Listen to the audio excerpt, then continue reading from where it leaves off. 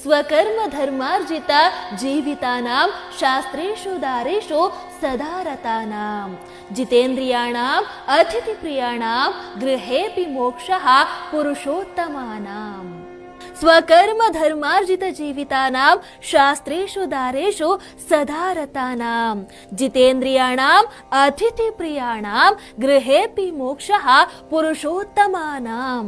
ಅಂದ್ರೆ ಯಾರು ತಮ್ಮ ಕಾರ್ಯದಲ್ಲಿ ಅಥವಾ ಯಾರು ತಮ್ಮ ಕೆಲಸದಲ್ಲಿ ಧರ್ಮವನ್ನ ಆಚರಣೆ ಮಾಡ್ತಾರೋ ಅಥವಾ ಧರ್ಮವನ್ನ ಯಾರು ಪಾಲನೆ ಮಾಡ್ತಾರೋ, ಇನ್ನು ಶಾಸ್ತ್ರಾಧ್ಯಯನದಲ್ಲಿ ಯಾರು ಆಸಕ್ತರಾಗಿರ್ತಾರೋ ಅಥವಾ ಯಾರದ್ರಲ್ಲಿ ತೊಡಗಿಸಿಕೊಂಡಿರ್ತಾರೋ ಮತ್ತು ತನ್ನ ಹೆಂಡತಿಯ ಜೊತೆಗೆ ಯಾರು ಸದಾ ಇರ್ತಾರೋ, ಇನ್ನು ಜಿತೇಂದ್ರಿಯರು ಅಂದ್ರೆ ಇಂದ್ರಿಯ ನಿಗ್ರಹವನ್ನ ಮಾಡುವಂಥವ್ರು, ಅದೇ ರೀತಿ ಅತಿಥಿ ಪ್ರಿಯರು ಅಂದ್ರೆ ಯಾರು ಅತಿಥಿ ಸತ್ಕಾರವನ್ನ ಮಾಡ್ತಾರೋ ಇಂಥವರಿಗೆ ಅಂದ್ರೆ ಯಾರು ಈ ಎಲ್ಲ ಕಾರ್ಯವನ್ನ ಮಾಡ್ತಾರೋ ಅವರು ಪುರುಷೋತ್ತಮರು.